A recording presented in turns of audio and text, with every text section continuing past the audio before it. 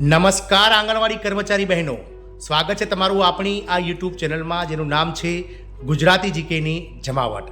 તો બહેનો, જેની વર્ષોથી રાહ જોવાઈ રહી હતી, છેલ્લા 2 દાયકાથી જે લડત ચાલી રહી હતી તે અંતે મિત્રો સફળ થઈ છે બહેનો.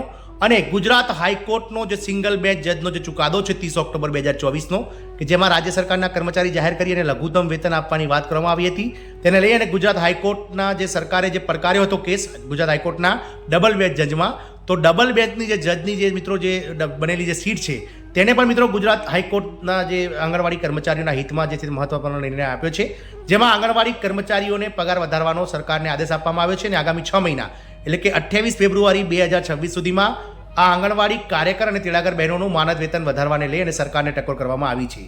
તો આજના વિડીયોમાં આપણે આંગણવાડી પગાર વધારાના ન્યૂઝ જાણીશું. ગુજરાત હાઈકોર્ટનો મહત્વનો ચુકાદો શું છે, ગુજરાત હાઈકોર્ટે ક્યારથી મિત્રો આ પગાર વધારો આપવાની વાત કરી છે અને આંગણવાડી કાર્યકર અને તેડાગર બહેનોને અનુક્રમે કેટલું માનદ વેતન કરી આપવાની જે છે તે ટકોર કરવામાં આવી છે. સમગ્ર જે છે તે મિત્રો બાબત શું છે અને ગુજરાત હાઈકોર્ટનો જે કેસ છે તે કેસમાં સરકાર હવે આગળ શું પગલાં લેશે, આ તમામ માહિતી સાથે આજના વિડીયોમાં આપણે ઉપલબ્ધ છીએ. તો વિડીયોના અંત સુધી આ બન્યા રહો. આંગણવાડી કર્મચારી બહેનોની જે જીત થઈ છે, કારણ કે હવે સરકારે મિત્રો આગામી 6 મહિનામાં આંગણવાડી વર્કર્સ અને તેડાગર બહેનોને જે છે માનદ વેતન વધારી આપવું પડશે. તો આજના વિડીયોમાં વિગતવાર જાણીશું કે સરકાર જે છે તે મિત્રો આગામી 6 મહિનામાં સરકારને શું કરવાનું હાઈકોર્ટે કહ્યું છે, કેટલું માનદ વેતન જે છે સરકાર આપશે અને એરિયસ સાથે મિત્રો કઈ તારીખથી આ જે છે તે ચુકાદો આપવામાં આવે છે, તમામ માહિતી મેળવીએ. તો વિડીયોના અંત સુધી બન્યા રહો અને જો ચેનલમાં તમે નવા હોય, સબસ્ક્રાઈબર હોય, તો ચેનલને લાઈક, શેર અને સબસ્ક્રાઈબ કરવાનું ભૂલશો નહીં, જેથી કરીને ચેનલ પર મૂકવામાં આવતા આવા આંગણવાડી પગાર વધારા, આંગણવાડી કર્મચારીઓના ન્યૂઝ તમને સરળતાથી અમારા ચેનલના માધ્યમથી ઉપલબ્ધ થઈ જાય.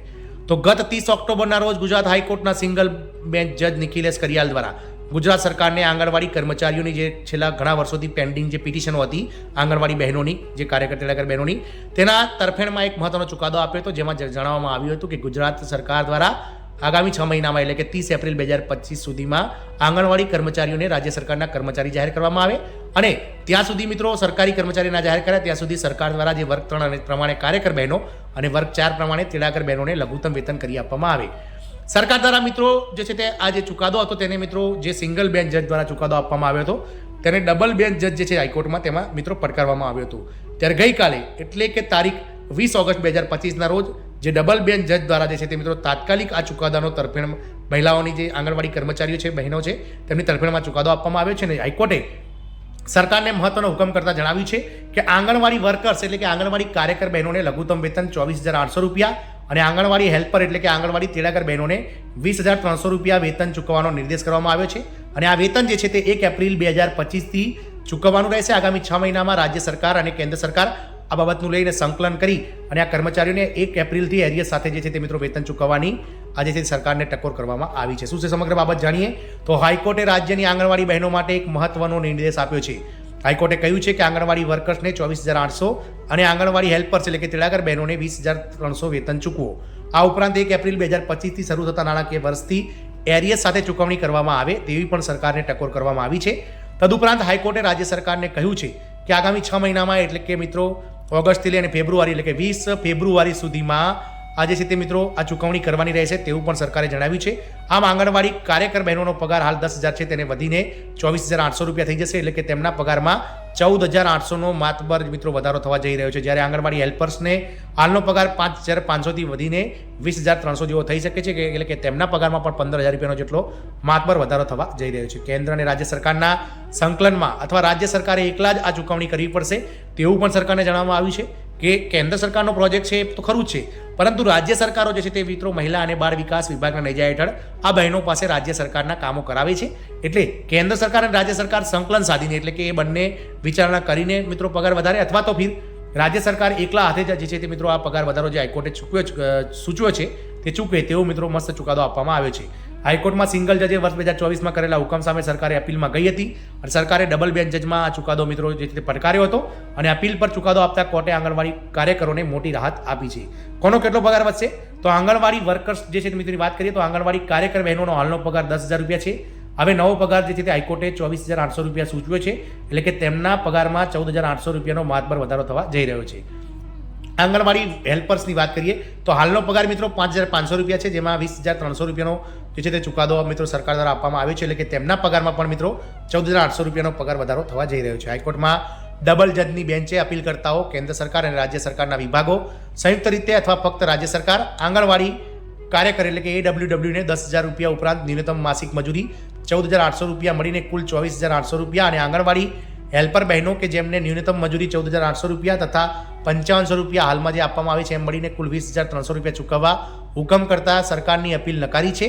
ઉપરોક્ત મજૂરી કેન્દ્ર સરકાર અથવા રાજ્ય સરકાર દ્વારા જાહેર કરવામાં આવશે ત્યારે આગળની તદનુરૂપ સુધારણાઓને આધીન રહેશે તેવું પણ જણાવવામાં આવ્યું છે. હાઈકોર્ટમાં ડબલ જજની બેન્ચે અપીલકર્તાઓને જે છે તે મિત્રો અલગ અલગ રીતે આ પગાર વધારો કરવાની વાત કરી છે.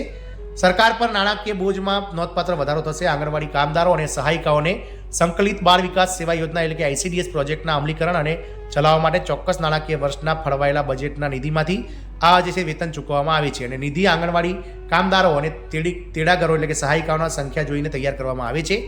રીટ પિટિશન દાખલ કરવાના પાછલા 3 વર્ષથી ઉપરોક્ત મજૂરી આપવાના સિંગલ જજ દ્વારા આપવામાં આવેલો નિર્દેશ પાછળથી નાણાકીય બોજમાં નોંધપાત્ર વધારો કરશે.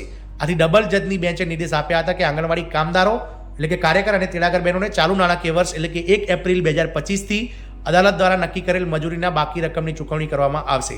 એટલે કે જે 24,800 રૂપિયાનું જે 14,800 રૂપિયાનું મિત્રો જે વેતન છે વધારો બંને સંવર્ગોમાં તેડાગર અને કાર્યકર બહેનોનો તે 1 એપ્રિલ 2025થી સરકાર દ્વારા જે છે તે ચૂકવવામાં આવશે. એટલે કે જ્યારે પણ મિત્રો ચુકાદો આપવામાં આવ્યો હતો કે આ રકમ જે છે તે રાજ્ય સરકાર દ્વારા આગામી 6 મહિનામાં ચૂકવવાની રહેશે.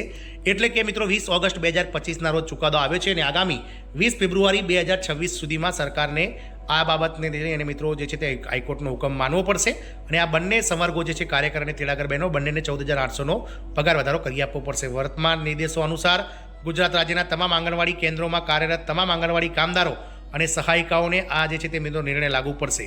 આપ સૌને જણાવી દઈએ કે ગુજરાત રાજ્યમાં હાલમાં કુલ 53,000 કરતાં વધારે આંગણવાડી કેન્દ્રો છે અને તેમાં 1,06,000 કરતાં વધારે આંગણવાડી કાર્યકર અને તેડાગર બહેનો નોકરી કરી રહ્યા છે.